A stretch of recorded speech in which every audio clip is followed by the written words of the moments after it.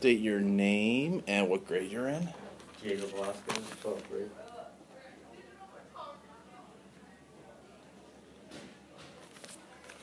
And let me get my timer.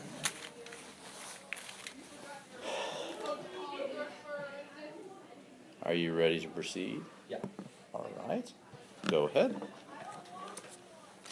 Your Honor, Counsel, ladies and gentlemen, Adrian Vega sits at this table an innocent man. At the beginning of this case, he had the presumption of innocence. Nothing has changed. The prosecution has not met its burden of proof. The prosecution has not proven beyond a reasonable doubt that element 1, Adrian was driving at the time of the incident, or element 3, Adrian knew or should have known that his actions had been involved in an accident that injured another person. Let's examine the evidence. Tony DeLuca would say and do anything to avoid responsibility in this case. Tony was the person driving at the time of the incident. Tony's main goal is to one day compete in the Olympics. Tony testified that she would do anything to reach this goal. If Tony accepted responsibility for the incident, Tony would not be able to reach this goal.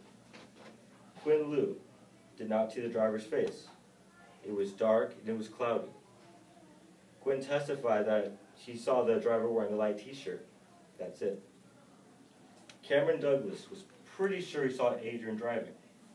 Cameron Douglas was also listening to his MP3, and it was dark and a car was racing at him. Cameron Douglas was not focused on his bicycle ride. Rather, Cameron Douglas was focused on his music, other things. It didn't happen. At the hospital, the officer told, Cameron Douglas told Officer Wright that he thought Adrian was the driver. Now, Cameron Douglas is also extremely upset that Adrian's mother had not done enough for bikers' rights. Officer Kelly Wright interrogated Adrian late that evening. It was cold and dark, and Adrian was very tired. Adrian had just come back from a swim competition, and his testimony was not very good. Adrian Vega was excited after the meet. Tony DeLuca drove the car at the time of the incident, as Adrian has stated. Tony was upset. Tony was driving too fast. Tony took Adrian's hat. Tony distracted Adrian. Tony was wearing a light t-shirt. Tony grabbed Adrian's cell phone. And Tony hit Cameron Douglas.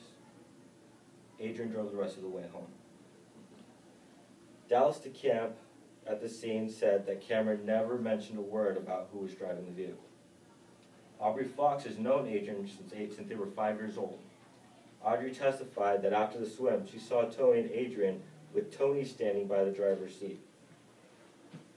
Tony was a terrible driver, as Aubrey has testified, and Tony has a habit of running stop signs. Taylor Bernard says Adrian is responsible. However, Taylor Bernard says that Adrian is a responsible adult. Taylor Bernard said that on one occasion, Adrian even told him not to use his cell phone while driving.